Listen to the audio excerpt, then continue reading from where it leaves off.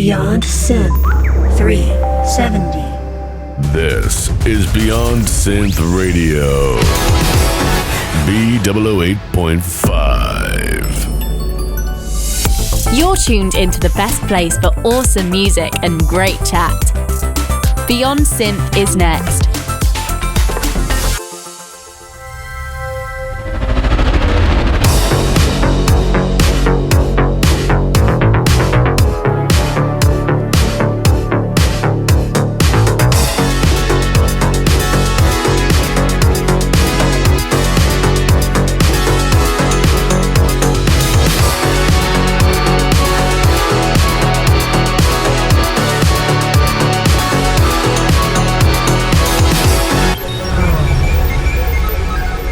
Hey there, welcome to Beyond Synth. I am Andy, I host this show, and today I am chatting with I Am Boleyn, a.k.a. Lydia, and we had a fun chat, and we're going to go to that in just a second. It is very, very hot in my recording studio right now, so I do not want to be here any longer than I need to be to record this intro. So here's the deal. I hope you're all having a lovely week. We got 2 new patrons this week, so I want to do a special shout out to these cool people. You know, you can support Beyond Synth on Patreon at patreon.com/BeyondSynth, and these awesome people have just joined the $5 Club. Is that still what it's called?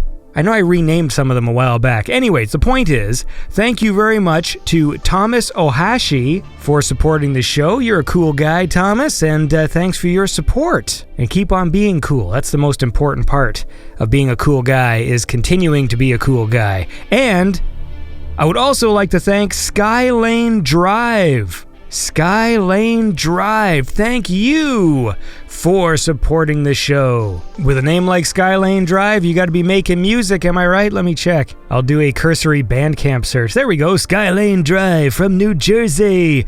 Skylane Drive is an American underground synthwave producer hailing from the greater New York City metropolitan area. And then you got a Linktree link here, I'll click that.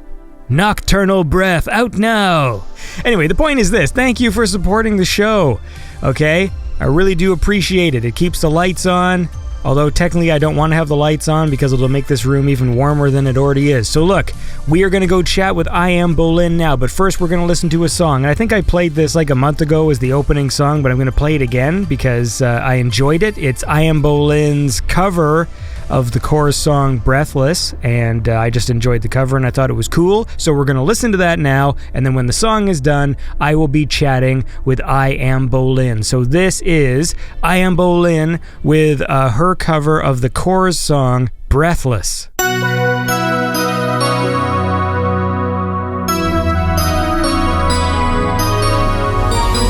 The daylight's fading slowly, but time with you is standing still. I'm waiting for you only. The slightest touch and I feel weak.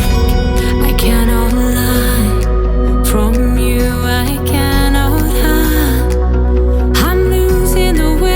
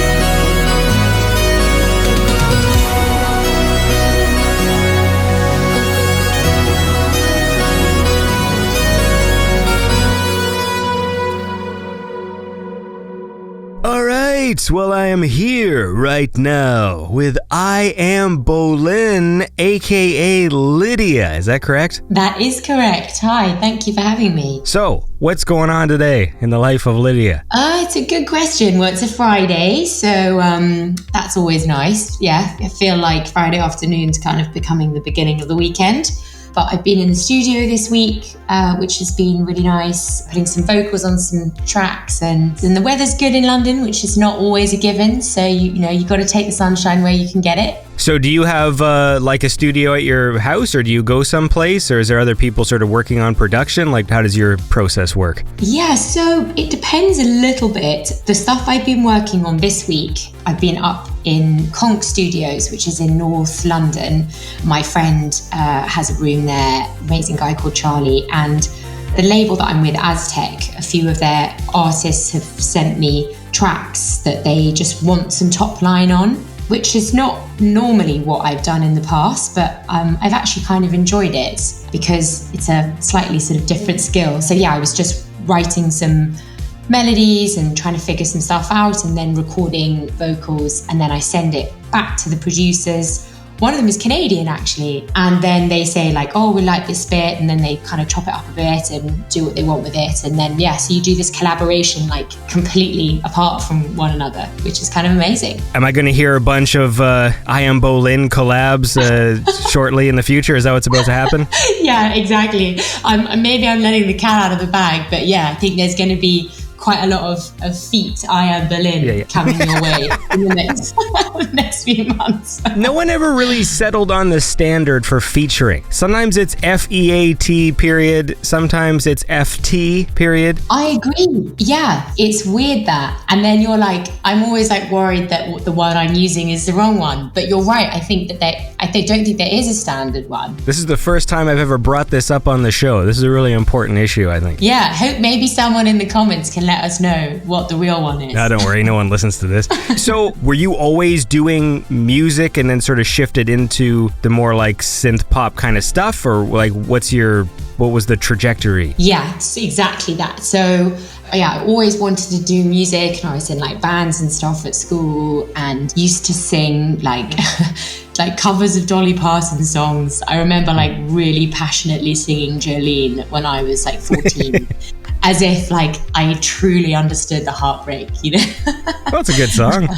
It's such a good song. It's such a good song. And then, I've had a sort of path. Actually, I was listening to La Avenue, the interview you did with him, and it was interesting to hear him speak about like the different genres that he's, more than dipped his toe in, like jumped into. Mm-hmm. And I feel like I've done a little bit of that too. It was a bit sort of folkier at the beginning, and then my most recent project, I Am Boleyn, I actually met a really amazing Swedish producer, and he was like, look, I think we should try and explore putting more vocal because it's quite sort of soft, and it would be interesting to see what it would be like over some more kind of like electronic music, and especially over synths. And then that's how it all kind of started, really. And I just loved the stuff we made together.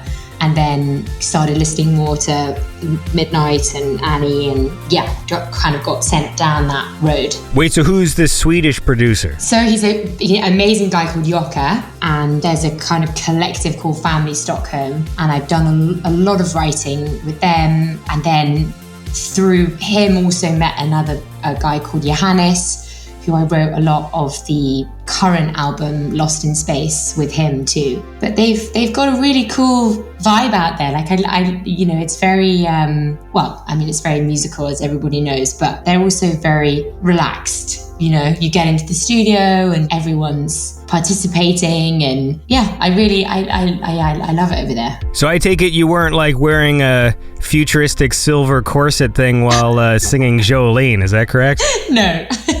No. That has also been another part of the progression, which has been interesting for me because like people, when they meet me, I don't look obviously like I do on my Instagram because I'm not like wandering around and, yeah, as you say, like silver armor all the time. You know, probably a good thing. I think I might be arrested on the subway, on the tube, as we call it. But I think a little bit like what you said at the beginning, I don't know whether we were recording yet, but, you know, it's a character. You know, I Am Boleyn is a character. And I think that that's actually quite an interesting aspect of the synth wave, synth pop, you know, world, is this idea of like fantasy. So I've kind of lent into that a bit with the aesthetic as well as the music. Let's face it, sometimes, you know, we can intellectualize these things, but at the end of the day, it is fun to play dress up. Oh, completely. And you feel so like, you feel powerful. Honestly, I think if anyone's having a bad day, put on a corset. You can't not feel good afterwards. Well, look, how about we listen to some music and then we'll keep talking. Fab. So I want to listen to Limit of Love. This is a cool song. This goes back to, is it 2019? Is that correct? Do I have my dates correct? This is 2019. Yeah. All right, well, let's listen to this. This is Limit of Love by I Am Boleyn.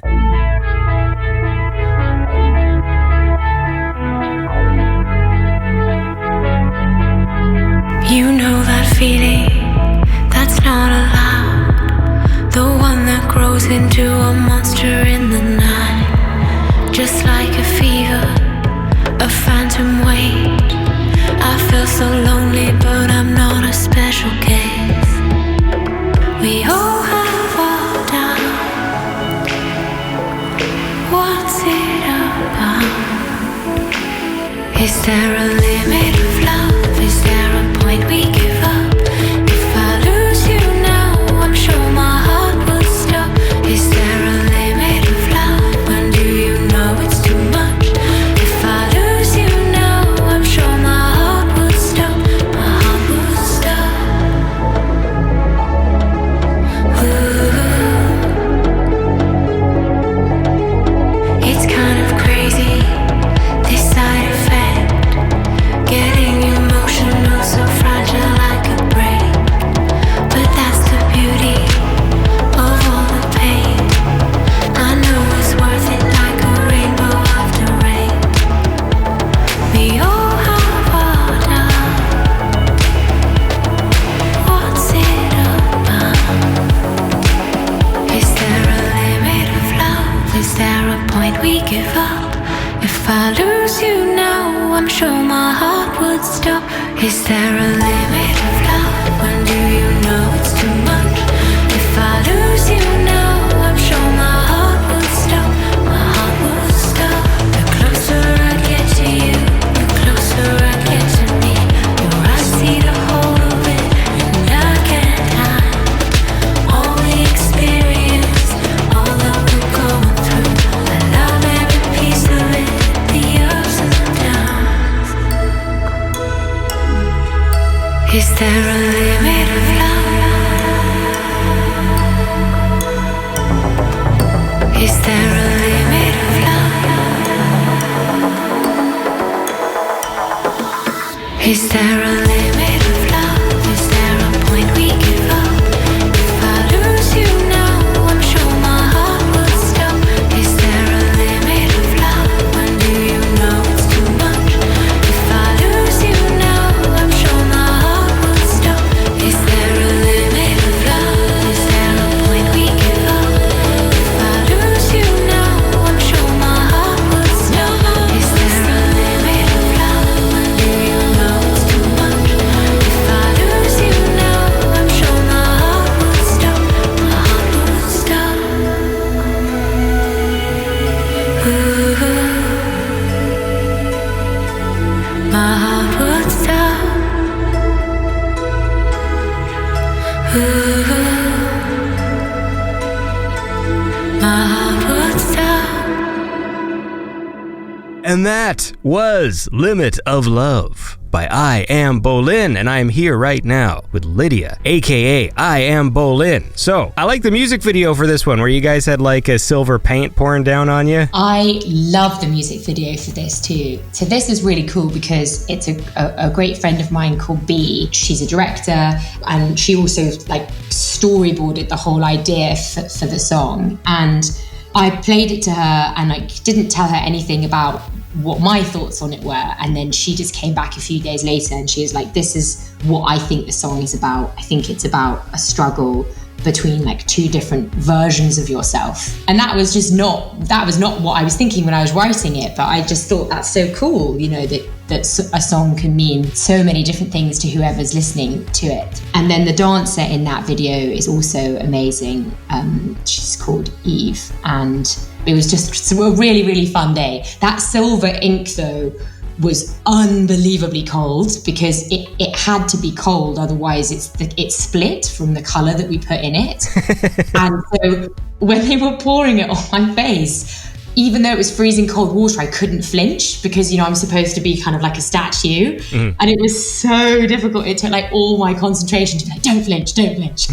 But yeah, it was fun. For some of these pictures too, it looks like you're all painted gold or silver or something. Yes. So that's actually the same makeup artist, who's another friend of mine called Emily, who did the video. She also did the shoot for the Lost in Space album. For that, actually, she just got some glitter and a sort of slightly kind of sticky, like almost like the consistency of hand sanitizer, which we all know so well, the consistency of. And yeah, she just scrubbed it all over my body. And it took, I mean, I was taking bits of glitter out of my hairline for days afterwards, but it was worth it. Wait, were you all like sticky and stuff? Like, how did that work? Yeah, and it was also a very hot day of the year, so I was like I needed to like walk with my arms out like a proper robot, you know, so I didn't like get it all over the rest of the suit and stuff. But yeah, it was fun. Is it moments like that where you're like, man, I wish I was still singing folk music? Yeah,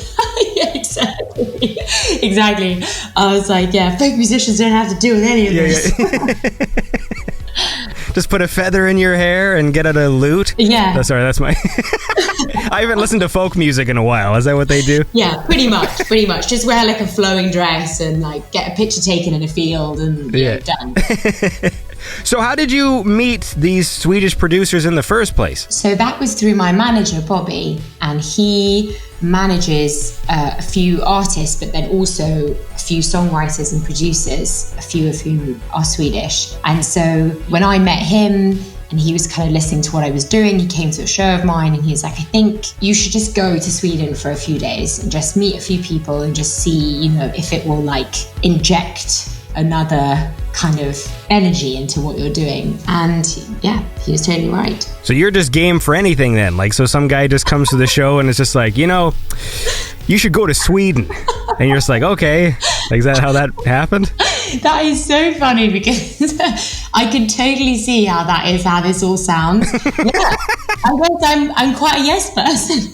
Well, hey, when it works out, it's great. Yeah, totally. It's just when you say yes to things like, hey, you should come and jump off this cliff or whatever, and then it's like, ah, shit. Yeah, that was an error. No, I think hopefully I'm getting more discerning the older I get. We'll see. Time will tell. Well, it's worked out, right? Because you've made some cool music, so. Yeah, totally. You know, and I've really, I'm, you know, really loving the stuff I'm doing now. So it's all come to a good place. I mean, I know you said earlier that you're sort of doing these top lines, and that's obviously like working with people over the internet and stuff. But I mean, for the other songs that you've done, were you spending much time like over there, or were you still doing a lot of over the internet work? Yeah, so a bit of both. I'm definitely spending a bit of time there, which has been really nice. Yeah, I have a friend who lives there who lets me stay in her flat, so that's really nice. And I don't know whether it must be like this in the north of Canada, but it's so different to go to Stockholm in the summer than it is to go in the winter. The first couple of trips I went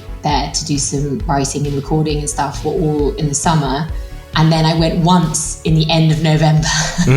And I was like, wow, this is, I mean, a totally different experience. It's so cold.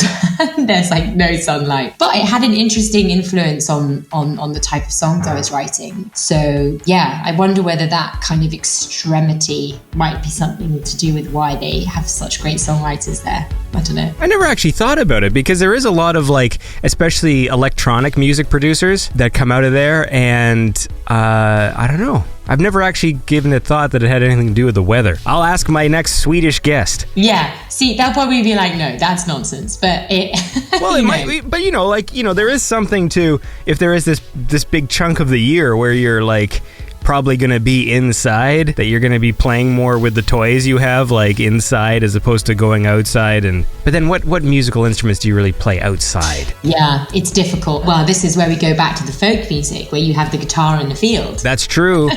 We've come full circle. You know what? No, there is something to this. I bet you there's some countries where you're more likely to be playing like bluegrass or whatever if you can actually sit outside by a tree and like look at a goat or something. Like that music's going to come to you. I feel like reggae, that makes sense that comes from a hot country, There's something like communal about it, and the like halftime of it, and I don't know, yeah. There might, you know what? I'll look into this. This is the working thesis right now, and then we'll see. Yeah, our dissertation on climate and music. Yeah, that's what this has all been about. The whole reason to have you on the show today was to help me write a paper. Yeah.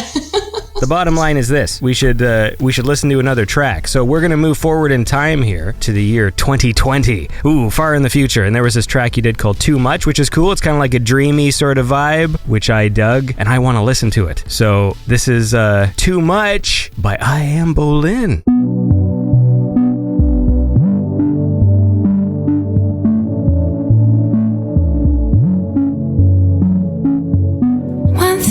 You said to me, got stuck in my head and it keeps spinning. I just can't shake it. I'm not used to people looking at me like you do. I'm not used to it. Just one more drink, 'cause I don't wanna think about nothing. Don't wanna know anything, I just wanna keep dancing. Yeah, I'm so out of my mind and the room won't stop spinning. Somebody tell me how I got here. Think I've had too much. Think I've had too much. Think I've had too much. Is this me? Really? Think I've had too much of you. Just met. Go close, so close to me. I don't understand this. What are we doing? Feel the world move under my feet and I can't stand straight. I can't stand it. Just one more drink, 'cause I don't wanna think about nothing. Don't wanna know anything, I just wanna keep dancing. Yeah, I'm so out of my mind and the room won't stop spinning. Somebody tell me how I got here. Think I've had too much. Think I've had too much. Think I've had too much. Is this me? Really? Think I've had too much of you. Is this me? Really? Wanna lose myself in this love and I can't see clearly. Think I've had too much. Think I've had too much. Think I've had too much. Think I've had too much.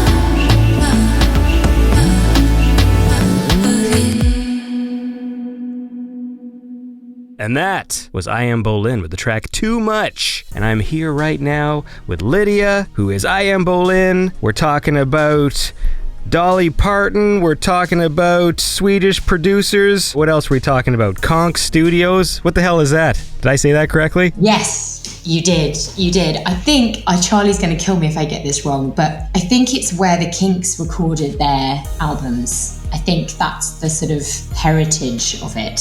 So obviously that was a while ago.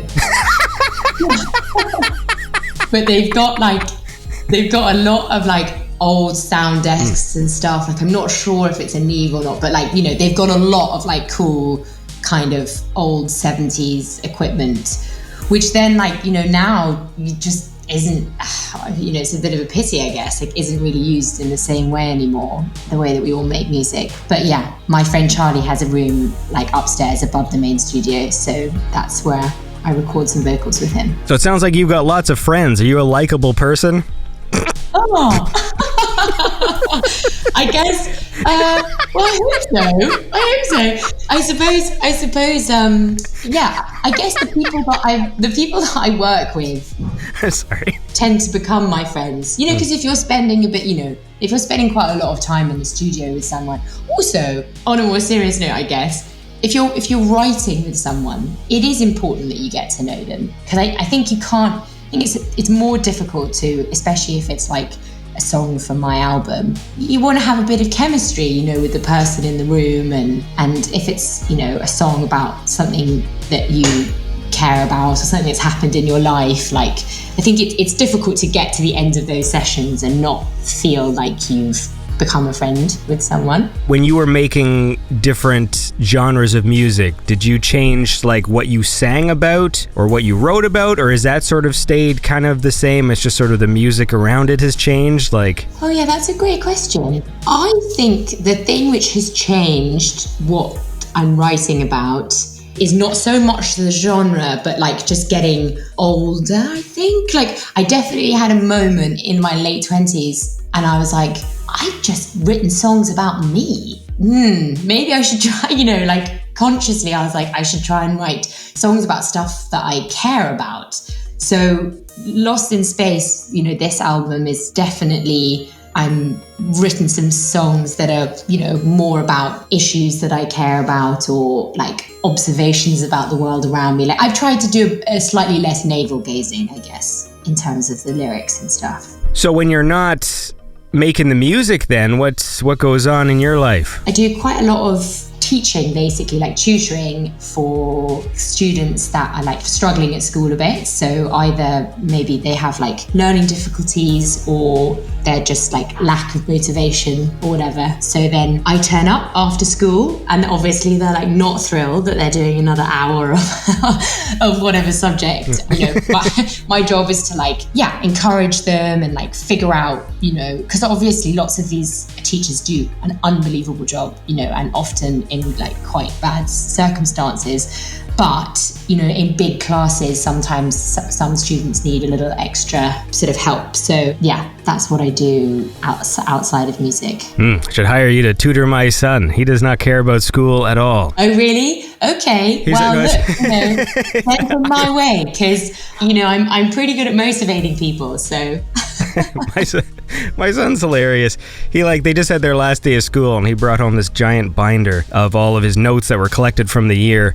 And like he cares so little that it's almost funny. Like I know as a parent, I'm meant to be like, oh no, you know, we gotta fix this issue or whatever. But it's just like when he doesn't care about something, he puts in no effort. And some of his notes, like they made me laugh genuinely because he would just write these stupid sarcastic answers. You know, like it would just be like, how do you know that this isn't that? It was like, because they're not the same or whatever. Like he would just write these little short stupid things and like they would make me laugh as I read them, and I'm like, oh man, my daughter's completely different. Like their report cards were very different looking things. That's so funny. Yeah, it's interesting. I think it reminds me a bit of those, you know, on Instagram, you know, they have those tests and stuff where it says like, you know, write 5 words you know how to spell, and then the child will write like, know how to spell. Right, yeah. And you're like, good for you, man. Yeah. You're thinking outside the box there. I like it. Well, it's hard as well because I know there's a lot of things that I didn't enjoy, but I still feel like I put forth more of an effort. But again, you know, when you know when the school day's over, you get to go home and just play Fortnite for like 10 hours. I could see being not that interested. I'm just hoping one of these days he finds something that like captures his imagination. But I might be like a bad parent because I also just let him stay home on like, they'll have like play days, you know, where they do like sports and stuff. Oh yeah. And I never liked those either. Like when I was a kid, I'm like, fuck these days, you know what I mean? Where it's just like, today's fucking sports day, and they divide like the school into like different squads or teams, and so he doesn't want to do those days, and I'm just like, yeah, okay, that's fine. Oh yeah, I think good for you, because look, those days are for the kids that really enjoy doing that. Yes. But like plenty of children don't. And also, there's not that many times in your adult life when someone's like, hey, let's join a team and play football. You know, like... Yeah, I mean, and the thing is, like, if you want to, that's fine. You know what I mean? Like, all the power to the people who, like, you know, I have friends who are in adult sports leagues, and I'm like, that's cool, you know. But I mean, I prefer to spend my time sitting in front of a computer hunched as I fuck my back up. And but if you're tutoring, you must be a very patient person, because I could never do that. Yes, and I think that you've hit on it. I think that patience, and of course, nobody is like always patient, but that is above and beyond everything else. You know, the most important thing, because you always have to remember that you're the grown up in the room, you know, even if you want to be like, why aren't you listening? Yeah. You know, you just can't, you know, you just have to like, okay, we'll find another way of explaining it. Yeah, no, patience is key for sure. Yeah, that's a skill I do not have. So when other people have certain skills that I lack, I'm always happy for that. Like, I'm not upset about it. I'm like, all right, man, you go ahead and do it, because like I can't. And there's lots of things like that in the world. That's why I don't really complain about a lot of things like that, because I feel like if I don't have the skill set, I have no right to be complaining about things. Totally. And we're so lucky that people do have different skills. I mean, can you imagine if everybody wanted to do the same thing? Yeah, it would be a total nightmare. And yeah, and there's so many jobs like, oh my God, I would be such a bad accountant. I would be such a bad lawyer. I'd be such a bad politician. Like, I'd rather die than do any of those jobs. So, you know, thank goodness there are people out there that can and that want to. Yeah, that's true. Because I don't even know that I'm necessarily good at the things I do. So I'm trying to think if there is something else. You know what? I actually don't mind doing mindless jobs if I can listen to music. Oh, I agree. I don't want to be the manager of something. I want to fucking stack boxes. I've said this all my life. Like, I'll stack boxes if I can have my iPod and listen to podcasts and music. I would rather do that than actually do a job where someone expected me to think creatively for their thing, because I would feel like I was like wasting my energy or something. Yeah, no, I agree. I think as long as you can listen to music, anything is like, I feel like I could like garden or something, you know? Like I could just pull up weeds all day long as long as I was able to listen to a bit of music. I agree with you. See, this is what I like. I like when people agree with me. Look. Yeah, me too. Let's listen to another song. I want to listen to this one. It's called Girl Like Me by I Am Boleyn.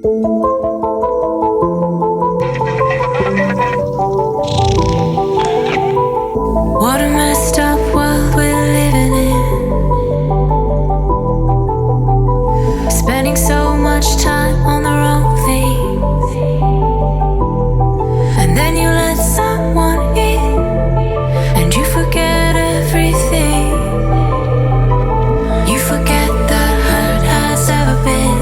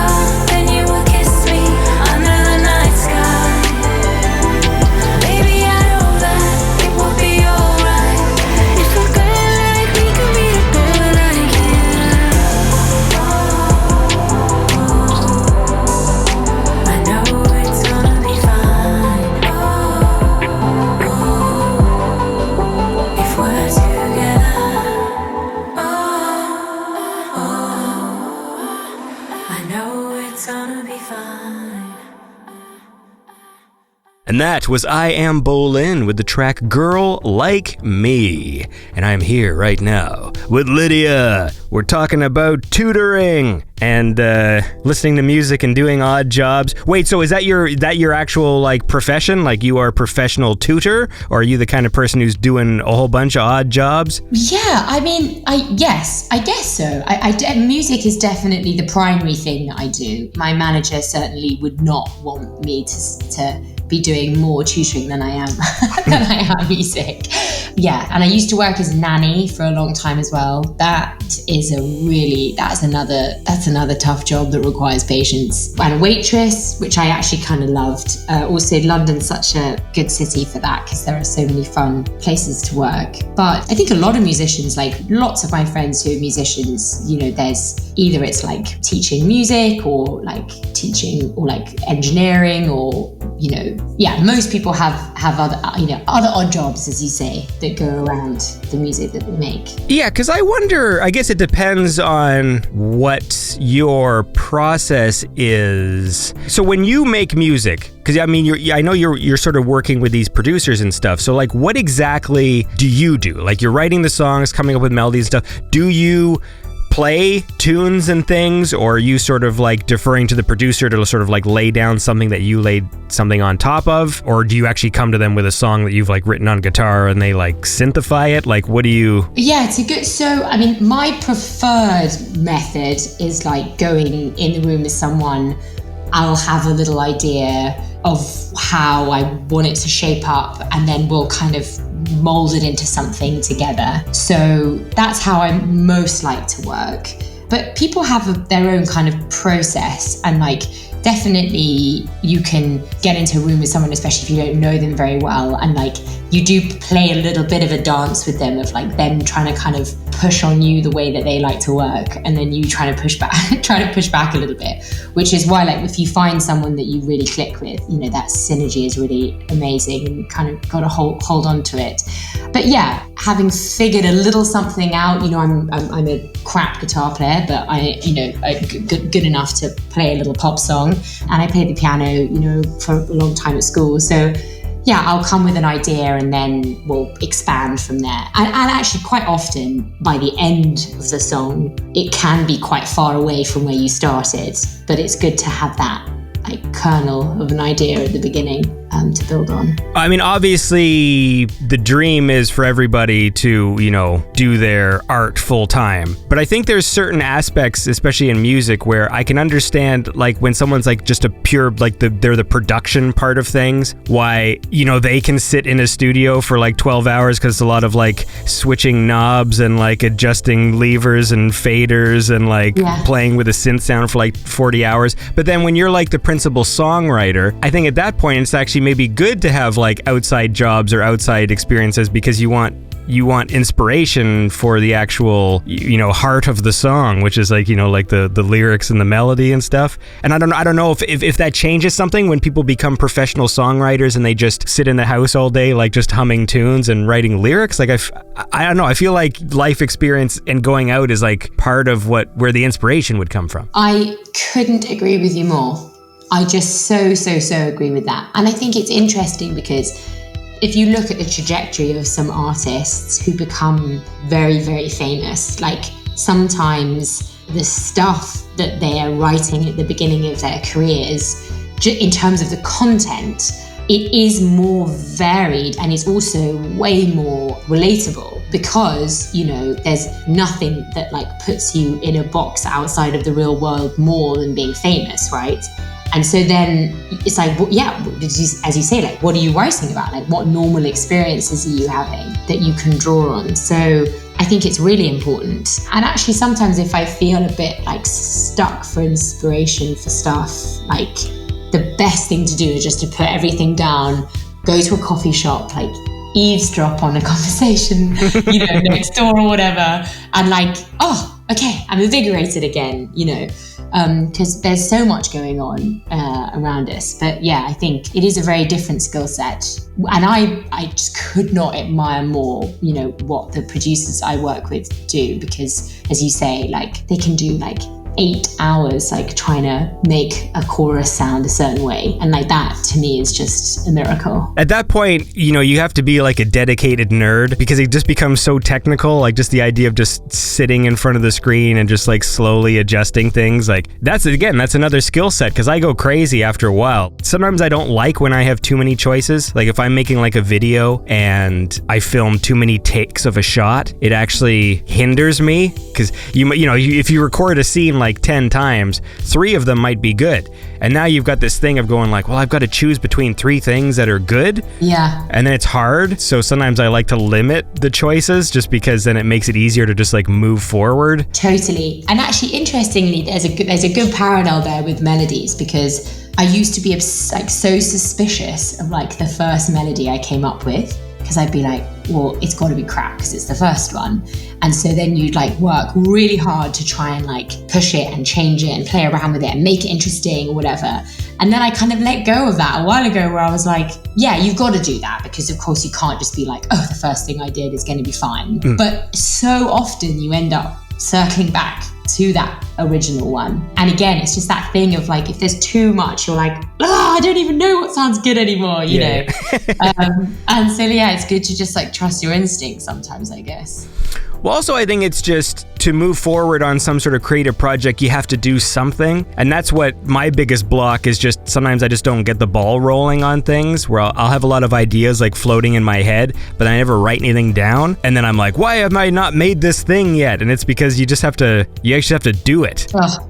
Yeah. That first thing might be good, but it's also good because it's something that you actually like said out loud or sang or wrote, and then now you can at least work from that. Totally. It's what's that thing, that you just have to do the first step or whatever, and then you're on your way. But that's the hardest one. It's a parable, right? The giant step is first taken with a little step. No, hold on. What? Yeah, something like that. That's what I was thinking of too. But then I got halfway through saying it, and I was like, I'm not going to say this right, so I'm just going to paraphrase it. Hold on. Here, let's a journey starts with a step or something. What like is the parable of a journey starts with one step? Okay, let's see if the AI can solve this for me. Good old AI. Here we are. The phrase you mentioned, a journey starts with a single step, is actually paraphrasing of a famous quote from the ancient Chinese philosopher. Oh, a journey starts with a single step. Okay, that's the phrase. Oh, sorry. Okay. We were very close. Yeah, because I said a journey starts with one step, and it's a journey starts with a single step. So there you go. We learned a lot today. We really did. That also broke the AI because now it's telling me there's a network error. Oh no. Here we are. The phrase "a journey of 1,000 miles" begins with a single step. Oh, there we go. Yeah. Okay. That sounds familiar. So there you go. I don't know what... Has this helped you? I don't know if it's helped me. Yeah, I feel like we're all going to spring into the weekend now, taking that first step. Yeah. Well, how about this? Let's step into some more music and listen to this. This is a song I dig. It's called Tiny Love. So let's listen to that. This is Tiny Love by I Am Boleyn.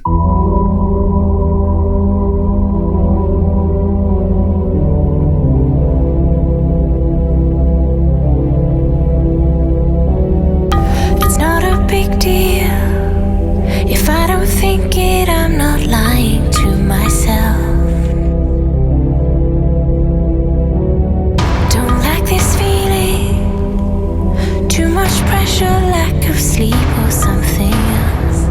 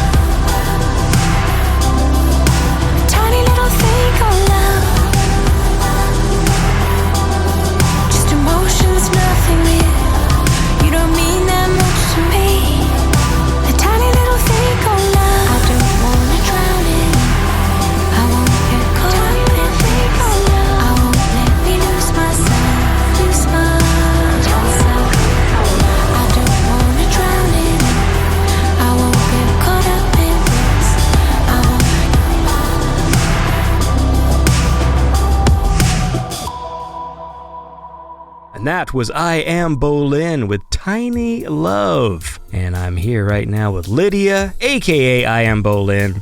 And why'd you call yourself I Am Boleyn? I thought you would never ask. So pretend I didn't. It's okay. No. I'm being silly. So I was obsessed when I was growing up with history generally, but particularly this period in British history. There we had this king called Henry VIII, and he was a complete tyrant, and he had 6 wives, and he chopped the heads off a few of them. He was a very brutal man. And the second one was this woman, this queen called Anne Boleyn, and she has this you couldn't make it up, this story. It's just completely crazy. And I just was fascinated by her. And I think it's because so much of that part of history, it's like men making all the decisions and the women are just less than a footnote, they're just kind of completely inconsequential, really. And then suddenly this Anne walks into the picture and she just changes everything. Like, he creates a whole new church off the back of wanting to marry her. So yeah, I was fascinated by her. So then when I was thinking about a stage name, I wanted to just be Boleyn, actually, but there's already another artist who's Boleyn. So I'd already got the Instagram and the Twitter handle that said I Am Boleyn. So I was like, okay, well, I'll just take those 2 bits at the beginning and make that the whole thing. Nice. Well, I have a very specific memory that is something that you will not resonate with at all. But there was this horrible cartoon in the 80s called Dennis the Menace, based off the old Dennis the Menace franchise. And the cartoon was so cheap, I feel like they only made like 10 episodes and they just kept repeating them. And in one of the episodes, Dennis and his buddy, I don't remember the character's name, they go to England and they go to some castle that's haunted by the ghost of Anne Boleyn. And she's like sort of a ghost that doesn't have a head that's like flying around. But the reason why it just sticks in my head was there was an advertisement for this show that they showed like at every commercial break. So it was a point where if like any of my friends who watched cartoons at the same time, we saw this commercial like a zillion times where it would show a clip from this episode of Dennis the Menace. And there's the line where the kid turns around and sees the ghost. He's like, "It's the ghost of Anne Boleyn." And I've heard that sentence, like it's the ghost of, like a million times in this stupid kid's voice. And that has nothing to do with anything you just said. I just thought you'd like to know.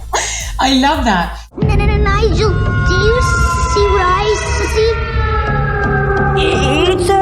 It's the ghost of Anne Boleyn. So do you feel like, was that quite traumatizing? Are you now like, you never ever want to hear of Anne Boleyn? Well, it's just whenever I hear the name Anne Boleyn, I will forever hear, "It's the ghost of Anne Boleyn." It's just, it's so annoying. Like I'm going to have to find that. I should put it on my Instagram. Yeah, I'll find you the clip. I think it is actually on YouTube. Like, the cartoon was horrible. There's this period of time, there's all the cartoons from our childhoods that like people remember and, are remembered very fondly, like, like Transformers and G.I. Joe and Ghostbusters and like the Disney ones like Gummy Bears and DuckTales. But then there was all these other shitty cartoons that we don't talk about where they made them for 1 year and then they got canceled, but then they would just loop them. Because, when there was like, nowadays there's so much content that they're putting out all these cheap ass shows all the time. And every time you turn on Netflix or whatever, there's always some new thing you haven't seen. But back in the day, it wasn't the case. And so they would just rerun things. And some shows they would just rerun. And I'm like, why are you showing this? Like, nobody likes this show. But like, sorry, I don't know. I'm venting now.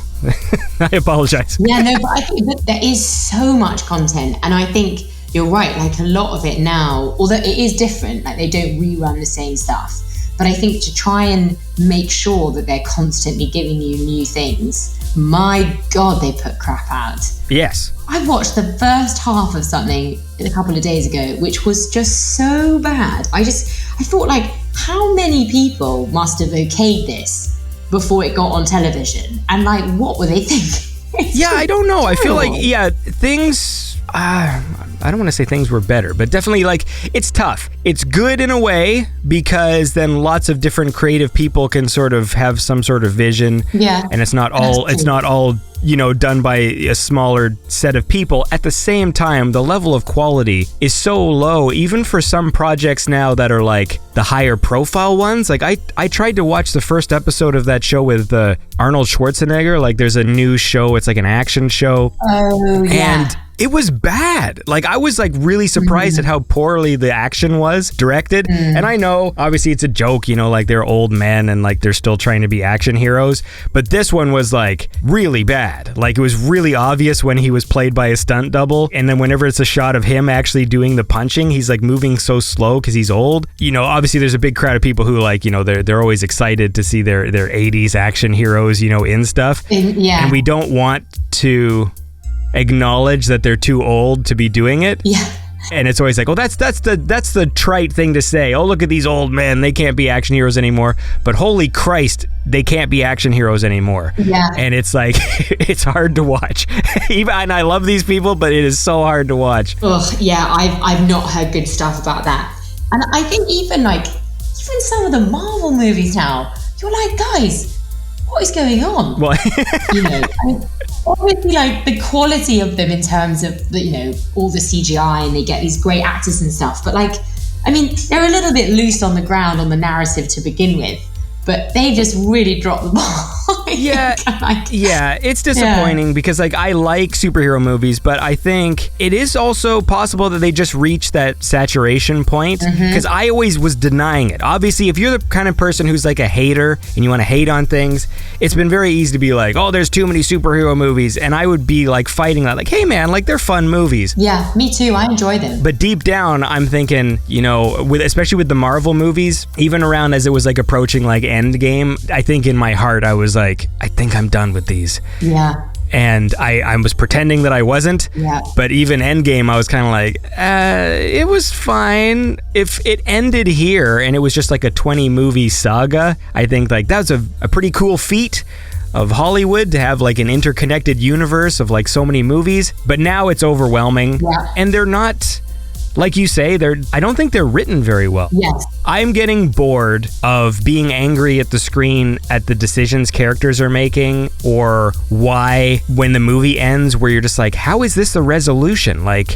how is the movie building to this resolution? Like you just, you invent this weird thing at the last minute that like reverses everything. And it's sort of like, this happens in so many of the movies now where like character things will just be glossed over. Like I started watching Ant-Man in the Quantum Mania or whatever, and like in the opening moments, it's like his Ant-Man's daughter, who's like 16 or something, is like such a genius that she makes this device that transmits to the quantum realm, but it's just like that's like the instigation of like the plot, and it's like, whoa, what? Yeah. Hold on here, like you lost me at that moment where I'm like, wait, so this kid is like this genius that can make a device that goes into like another realm? Like I was at that moment, I'm like, well, this is dumb. And then that was like the whole thrust of the movie, and then they just sort of turn it on without any safety checks.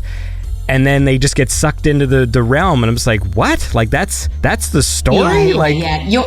Exactly. You're like, you must have been able to come up with something a bit better than that. That it feels like, well, actually, apropos the first melody thing, right? It feels like they came up with the first melody and they were like, oh, okay, well, we'll just stick with that then, Well, I think they're going to have to rethink a lot of things. I mean, as we're recording this, a bunch of these high-profile superhero movies have like been kind of failing at the box office, and so... Yes, yeah, and they've been cancelling stuff, I think, too, I think they're really internally acknowledging even, like, you can't just... There's only so many crap movies you can put out in a row before everyone just loses interest. I think...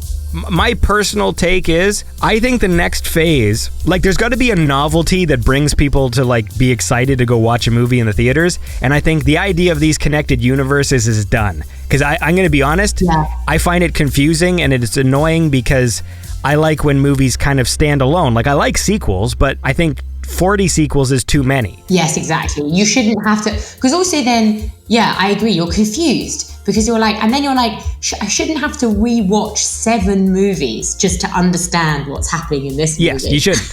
That's the thing that I find frustrating. And I think the future should be, they got to do like one-off movies with like novelty casting. And I think that would be exciting enough to get people in theaters. Like if you get like a big actor or actress in like a particular role and go, they only signed up for one movie. Because that's what happened with Joker, like that Joker movie with Joaquin Phoenix. It was like that was so good. This weird novelty project where it's like, oh, that's weird that they're making this. And I think that got people really excited. And so I would like to see movies where it's like, what if you get that one actor who would make a really cool Batman, but they don't want to sign up for 12 movies, and so you just do some one-off Batman movie with this actor and maybe make it kind of stylized and interesting so it doesn't look like it belongs in any part of any connected universe or whatever, and it's just some one-off thing, fucking Batman versus the fucking Man-Bat or whatever, and it's like it's one movie and that's it. And I think projects like that would probably be more exciting for people to know that you're just going to see some weird one-off thing. Yeah, I completely agree. And I think also the cool thing about Joker, that one, was that they made that movie and they were writing that movie as if they had kind of forgotten that it was a superhero movie, you know, as if it was like they were trying to write a regular movie. And I think there was something really compelling about that because it meant that the story and the narrative was like more believable, quote unquote, even though you're dealing with something that's not believable. Yeah. And I think that's always cool when you see that, and then it just kind of it hits home in a slightly different way, rather than them being like, oh well, this is all nonsense anyway, so we'll just have a really weak storyline because who cares, you know? Yeah, and that's the problem, is it's the who cares part that really bugs me, because like I just have not been compelled by the stories of the past few things I've watched. Like the most compelling things I've watched lately were like certain TV shows, and it sucks because like I like superheroes, I like sci-fi, I like all this stuff, but it sucks when the things you like are disappointing. But I feel like totally agree. Maybe that's part of growing up, is like I made this pledge a while ago, like maybe I should just be watching like adult dramas, you know, like watching the TV shows that are for my actual age demographic. But I don't want to do that either, because I know there's people who like, oh, it's like superheroes and this stuff is for babies, and I'm like, well, I still like that stuff, like it's fun. Oh no, and also I think that the reason it's so popular is, and you know, and it's the same with sci-fi, is it speaks to a part of us that is seeking something a bit bigger, right? Is like, likes the idea of something more powerful but flawed, you know, it's like a magnified reflection of us, right? I completely understand why it's so compelling. And I think that a lot more people even than will admit, like, enjoy it, you know, like adult people, quote unquote, you know. I think that everyone loves it, I think. Yeah, I mean, I've always felt that way. Like, I think there's some people who just have to put on this air of, like, sophistication. Oh, you know, like, I wouldn't be caught dead watching, you know, these sorts of things. And it's like, dude, like, you can't be watching weird relationship dramas and cancer movies and stuff just because you're an adult. I mean, like, come on, it's fun to watch people get punched through walls and totally. Also, like Blue Valentine or whatever, I mean, what an amazing performance by everybody, but oh my god, I mean, you just want to throw yourself off a bridge after it. It's just like so depressing. That's like, who wants real life? Holy moly. Yeah, definitely. Like, you know, give me a spaceship anytime. Well, look, let's listen to another song. All right, I want to listen to, I think this is my favorite one. Ooh. My favorite I Am Boleyn song, which is Another Me. I love this song, and I want to listen to it because it's cool. This is Another Me by I Am Boleyn. Maybe I can't do it differently. Maybe I can't be someone else. Is it in my DNA? Am I meant to be this way? Maybe I am hopeless enough.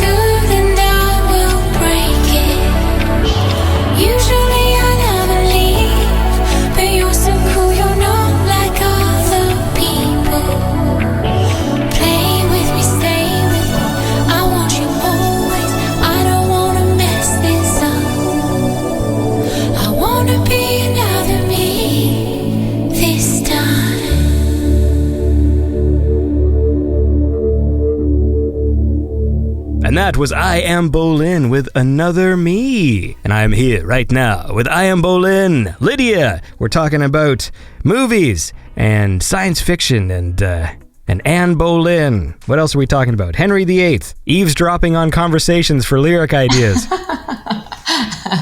Yeah, that's my top tip. Just keep your ears open. Yeah. People say the craziest things to one another. It's always good inspiration. You come to the studio and it's like, I've written this new song. It's called I Think Stacy Stole $20 from My Wallet. Yeah, literally, exactly. Why does my boyfriend flick his contact lenses on the floor in the bathroom? The number one song from. So what's going on now then? What's happening currently?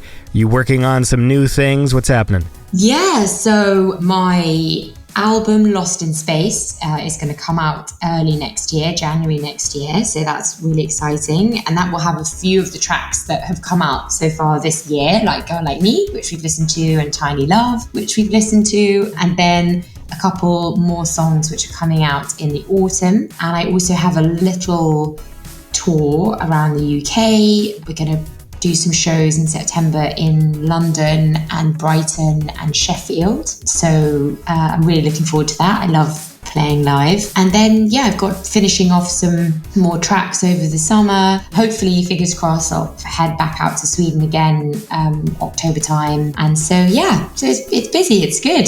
Got a lot of stuff to look forward to. So what's your live setup? So it's me and then Andy, who is a great friend, who I've worked with for a long time, who plays the keys, and then George, who plays a live drum kit, but he also has an SPD. So it's cool because obviously, you know, my music is very electronic, and there's like no organic instrumentation on it. But we found having the live drums for the live show is actually really cool and adds a sort of element, a kind of driving element. We're able to play around, most importantly, with the dynamic a little bit more, you know, because we can ease off at the beginning and then, you know, really be a bit more punchy in the choruses and stuff. So yeah, so it's the three of us. Wait, so then where do Andy and George come from? Wow, so Andy I've known for a long time, and he is an amazing guy. We've written some tracks together, actually. There's a song called Colours on Lost in Space that I wrote with him. And yeah, we've known each other for, I can't even remember how we met each other, but yeah, he's an amazing musician, and originally a strings player. Actually, he plays the violin like he's like nuts, but he can also play the guitar and the piano, and he's great. And then George, I met through him as well years ago, and he's a really great drummer. Plays with lots of cool bands. There's a really great woman called Japanese House over here in the UK. He plays with her, and so we've been together for a while now. It's really nice. Because you're working with these other producers to like make the song. So like, how does it work to transfer those for the live setup? Yeah, so then we get the stems, Then we'll go into the rehearsal room, and that's when we'll figure out like, okay, you know, obviously for the live set, quite a few of the stems, you know, you don't need, or like we can recreate in a like live way, you know, either on the keys or with the drums. And then we'll keep like a few of the BVs and stuff, especially if they're like in the mid-8s and stuff, and add some atmospheric things. And so, yeah, we'll just spend a few days like fiddling around with how much of the kind of track we want, and then how much we're going to take out until we get something that we think sounds obviously very similar to the songs, but like, you know, slightly like tweaked slightly differently for the live setup. So where do you practice? Oh, in a really nice, cool studio actually. It's in North London. It's called Panic Room Studios, and yeah, it's on an old industrial estate, and they have a Nando's nearby, so that's very important for our lunch break. We've been going there for a few years. It's great. Nando's. This is some British franchise. Yes, it's chicken. It's like spicy chicken. If you come, it's like it's not. It's like I don't want to say it's like McDonald's. Like it's much better than that, and it's like healthier than that. But there are like quite a few of them, and you can choose the level of spice you want on your chicken, and then you've got like different sides and stuff. Mm-hmm. Yeah. So yeah, love a Nando's. Yeah. Tell me more about this Nando's. Yeah, it's one of those. I actually don't even know whether it's originally British or not. But yeah, they're everywhere now, and people will like have the, you know, I'm quite bad with spice, so I go for the like lowest level, most like boring one. But Andy loves a bit of spice, so he goes for the really fiery one. It's a whole thing. If and when you ever come to London, you got to go and have a Nando's. What about George? What's his? Oh, he's kind of more in the middle, I think. Yeah. He's more moderate. I'm quite boring when it comes to spice. I think it's my Welsh heritage, like just all about the potatoes, really. Just nice, like boring. Hey man, you can spice up potatoes. That's true. It's possible. That is true. That's a good point. I should have clarified that I'm not talking about the Bombay potatoes. That's the best point I've made today. Yeah, no, you made many good ones. No, I'm talking about the like baked potato with some like baked beans and some cheddar cheese on it situation. That's where I'm at in terms of my flavours. Not very adventurous. I'm going to ask a serious music question now. What are your influences? When I was growing up, I remember my dad used to listen a lot to Van Morrison, so more like from a lyric perspective, you know, he's such a great storyteller. And then I remember the first time I listened to Video Games by Lana Del Rey, I was like, what is this? This is magic. And I think that there's something about that vocal, that like quite soft vocal, over a kind of more, not quite chaotic, but like bombastic background, especially in that first album. You know, she's got a lot of tom drums and stuff, which I really liked. And then when I started listening more to the synthwave stuff, I mean, I love the Midnight, and there's a LA group called All the Damn Vampires. They have some really great songs too, and I like that Annie album as well. So yeah, quite eclectic, I guess. And then my all-time hero, which I think is true for lots of people, in fairness, is Stevie Nicks. I'm a big Stevie Nicks fan. I just love the way she performs. I like how her voice sounds. I love the songs that they've written, Fleetwood Mac. So yeah, big fan of hers. What's your favorite song? Oh, Landslide. That is my favorite. Once I got into like the synthwave scene, I haven't listened to a lot of like what I consider mainstream music in a long time, because I just get sent so much stuff now that's like just all, you know, in and around the synthwave scene. And so sometimes I have to go back and actually listen to my old playlist and go like, what did I used to listen to? It's like, oh yeah, like I used to listen to all this like Radiohead and Depeche Mode and oof, yeah, love a bit of Radiohead. There's a period of time in my life where I really listened to that music a lot. And then now, you know, in the past like 10 years of doing this show, it's been mostly just synthwave. It's like that's and the music sort of around the scene as well. Yeah, no, it's interesting, isn't it? Because I also go through like phase. I mean, not as long as 10 years in fairness, but I go through phases of like listening to certain. I think it's also like moods and stuff as well. Sometimes like first thing in the morning, I feel like I need to listen to like a real live guitar, you know? Mm-hmm. And then like as the day goes on, like especially if you're driving or something, then you're like, okay, give me the electronic music, you know? So I think it kind of depends. Yeah, that's true. It is. I feel like that's the way I want to categorize my playlists, because I've got too many songs. Sometimes I find it difficult to, like, how to categorize them, because I can, when I do like, synth pop, but then there's so many different emotions, right? So like, and there's some synth pop that's like kind of, melancholy, and then there's the other stuff that's like the energizing, exciting stuff. And so then I started thinking about possibly, organizing everything by mood. I think that's so clever, because sometimes you can listen to a playlist, and when you made the playlist, all the songs worked really well together. And then you'll listen to it in a certain mood, or you'll like need something from it. And then there'll be this song that comes on and you're like, oh God, no, not right now. Like, this is just not what I need, Yeah. I think that's really clever to do it by mood. For sure. But then it's always hard to, this is again, when I, don't take that first step forward for the journey of 1,000 steps, is where I will intellectualize in my head, what are the different moods? Because then there's like combination moods where it's like, I'm in sort of a melancholy mood, but with hopeful optimism. And then like, then I pull this song in, or you want a song that's kind of got sad lyrics, but then ultimately it's a happy song because it's about redemption, or you know what I mean? And then it's like, then I end up doing nothing. You can definitely get very into the detail. The place you are too, I think like synthwave music is great for driving. Mm-hmm. I think there's definitely like a journeying aspect. I have a few like drive playlists, Yes. But then to your point, there's a difference between like driving the kids to school and like driving alone at night, like they're very different vibes. Yeah.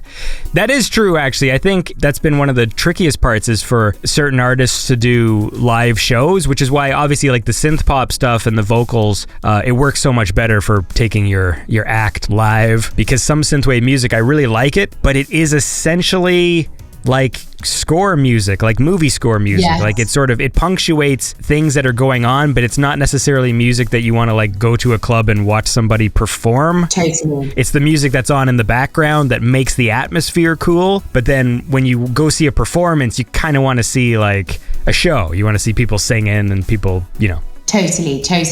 For me, the live aspect is a big part of what I do. But for a lot of synthwave musicians, I think it's like really not a big part at all. Mm-hmm. They'll never do it. Yes, and it's tough because I mean, like, I obviously I'm happy for them too, and like I like when people put on live things, but it is tricky, right? It's a tricky genre. If you're making specifically synthwave, then it's sort of tough. It's a tough one live. Yeah, agreed. But look, listen. We've been talking for a while. How about we listen to Driving in the Dark, and then maybe we can wind things down. Is that cool? That sounds perfect. Thank you. So let's do that. This is Driving in the Dark by I Am Boleyn.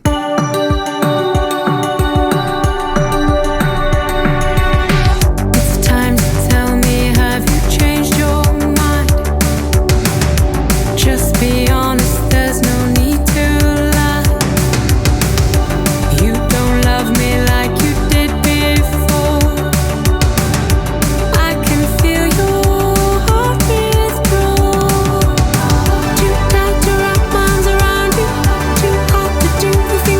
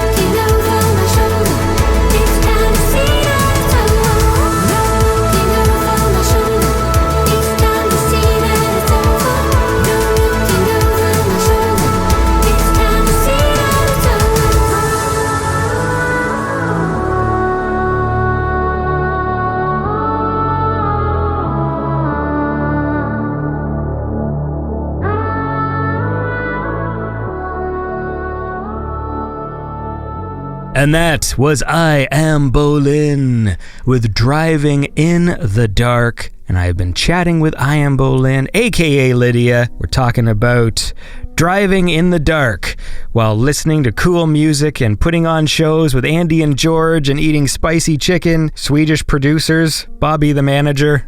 Have I missed anything? Oh yeah, Bobby the manager. We love Bobby the manager. Yeah, he's great. He's a great cheerleader. That's exactly what you want. I apologize. I feel like I'm like congested today. We've been having like wildfires in my country, and it's made like the air quality bad. So like there's like certain days where everything's fine, and then there's some days where like the air smells like burnt plastic and you can't breathe properly. So I know I'm going to edit this out so the audience won't hear it, but like if you heard me like blowing my nose in the background, it's just because I've been like... No. Okay, good, I'm sorry that's happening. That's so alarming. I bought myself an air purifier. Oh, wow. Like a little cheap fucking $60 one off Amazon, so I don't even know if it's gonna do anything. But it's an exciting world we're living in now, eh? Like, there's all these sort of adjustments we have to make that are like, oh, I guess this is a thing now. Just like in the summer, there's just gonna be like a few weeks where like the air is full of smoke and we have to like stay inside. Like, cool. That's fun. It's so wild, isn't it? It's pretty dystopian, actually. You know, there's definitely like a bit of a sci-fi backdrop. I mean, the pictures of New York, you know, kind of bathed in like this yellow, orangey glow of like smog. Yes. Like, The coolest one I saw, I mean, cool. I mean, cool in quotes, was several years ago when that happened on like the San Francisco side in the States, and they had those wildfires and they had like the red sky, and then someone flew a drone through the buildings and filmed it, and so it was like this really stabilized, smooth footage of flying through these buildings with the orange sky, and then they played the Blade Runner music. Oh wow, cool. And it was like, that is quite cool. It looks awesome, but it's like, oh man, that is fucking horrifying. Like, luckily, I haven't got the orange skies where we are, but we have just gotten, the sky is just gray and kind of smoky, and like the air smells like burnt. It sucks because they're wildfires. You think like it's just a burnt forest. It should just smell like a campfire. But I guess, you know, when you have these wildfires, they don't smell like campfires. They smell like burnt plastic, or, you know, like it's just not pleasant. Yeah, anything else that they like gobble up on their way. Yes. Yeah, it's pretty scary. Well, I hope they're not too close to you. They're not, but what I even say, I'm just saying this because I feel like I'm congested. Like I can hear it in my voice where it sounds like I have a cold, and I woke up, I didn't realize that was gonna be the case. Anyway, this has nothing to do. Hey, listen, this is the I Am Boleyn show. This is not the Andy is congested show. Maybe I should eat some spicy chicken like the other Andy, and maybe that'll sort of like clear out my sinuses. I think that's going to sort everything right out. Just a bit of spicy chicken. It's nothing it can't solve. Yeah. So, what do people need to know then? What's coming up for I Am Boleyn? Yeah. Well, I mean, you know, follow me on social media if you'd like. I'm at I Am Boleyn on Instagram and Twitter. I mean, Instagram's definitely the one I'm the most active on. And I've got some, if anyone's listening in the UK, I've got some shows coming up in September. And then I have a few tracks coming up. Oh, actually, one of the collaborations we were talking about earlier, I'm featuring on a song for Lau for her album that comes out in the end of July. So yeah, lots of stuff going on. And you did a Corrs cover, which I actually enjoyed. I'll probably play it at the top of the show. The Breathless song, which I dug. Oh yeah, I love that song. At the Millennium, they built this Millennium Dome in the UK, which is now the O2 Music Arena. And my uncle, like so crazily and sweetly, took a like 7 or 8 year old me there. I don't know whether it was actually on the Millennium or it was like, it must have been, I think. Anyway, the Corrs were performing and I just fell wildly in love with all of them. And it was the first live performance I'd ever seen. So I just always have really loved them ever since. I actually don't think that they played Breathless because I think that came out after the year 2000. But yeah, I just have such happy memories of them because of that. I don't often play covers on the show, but I like when there's something like transformative about it, or it's like it takes the song into a different genre. Yes, I totally agree. I think rather than just being like a homage, I mean, it definitely is anyway, you need to try and make it your own, like do something a bit different with it. I completely agree. So the O2, when did they rename it? That's a really good question. Yes, it was called the Millennium Dome for a while, I think. And then, I don't know, we'd have to Google it. I don't know when it became the O2 Arena instead. Let's ask ChatGPT. The Millennium Dome, a prominent feature of the London skyline, was renamed the O2 on May 23rd, 2005. Oh, there we go. This was after the telecommunications company O2 secured the naming rights for the structure as part of a sponsorship deal. All right. There we go. I'm pleased we got to the bottom of that. Yes. This is the part of the conversation where everyone's like, we're done, right? We're Exactly. And they have run out of things to talk about. Yeah. Well, listen, look, it was nice to chat with you. Thank you so much for having me. It was a real pleasure. And I loved it. Thank you. And you make cool music. So I got a couple of these on my synthwave playlist. As I say, Another Me is my favorite. I don't know why. It's just like that song I listen to quite a bit. Oh, thank you. I love that song too, so I'm pleased you like it. And we look forward to more cool songs from I Am Boleyn and wacky Swedish producers and other people and collaborations and things. I don't know how to sign off, by the way. Sorry. This is I'll dub in a proper goodbye later. I'm going to say goodbye, goodbye and good night. Perfect. Well, listen, you have a lovely London day. Thank you. And keep being cool and what? And anyway, I'll talk to you soon. Perfect. Thank you so much for having me. Take care.